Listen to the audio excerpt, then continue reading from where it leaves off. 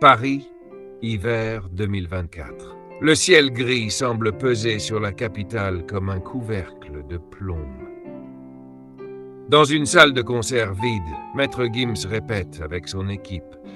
Les enceintes vibrent sous les basses puissantes, les projecteurs balaient la scène d'une lumière blanche.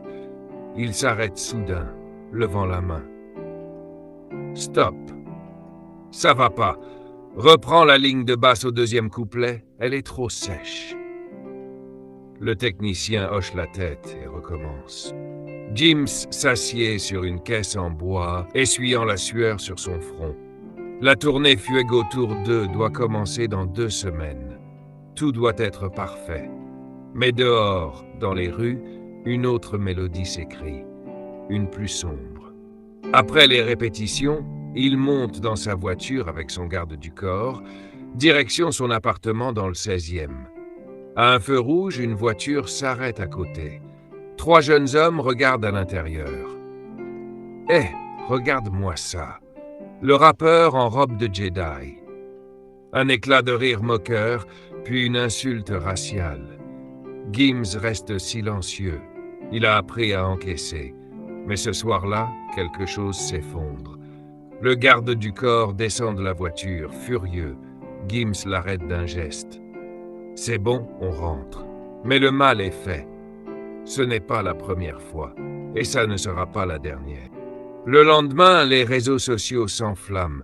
Une vidéo de l'incident a été publiée, filmée par un passager du véhicule adverse. Les commentaires sont partagés. Certains défendent Gims, d'autres relaient les moqueries racistes. Des médias titrent « Gims, victime ou provocateur ». Il reste silencieux. Mais la douleur, elle, grandit. Dans une interview prévue de longue date sur une radio populaire, il craque. La voix tremble. « Je suis fatigué. Fatigué d'être jugé pour ce que je suis, pas pour ce que je fais. » Un long silence s'ensuit. L'animateur n'ose pas répondre. Le public, lui, réagit massivement.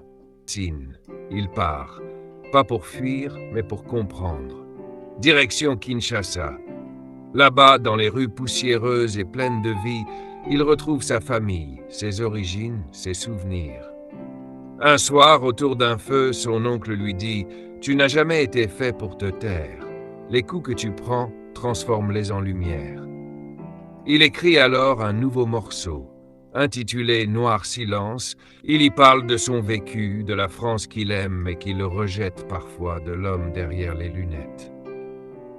À son retour à Paris, il annonce un concert spécial au Zénith. Mais à peine l'annonce faite, une vague de haine s'abat sur lui. Des messages racistes, des menaces.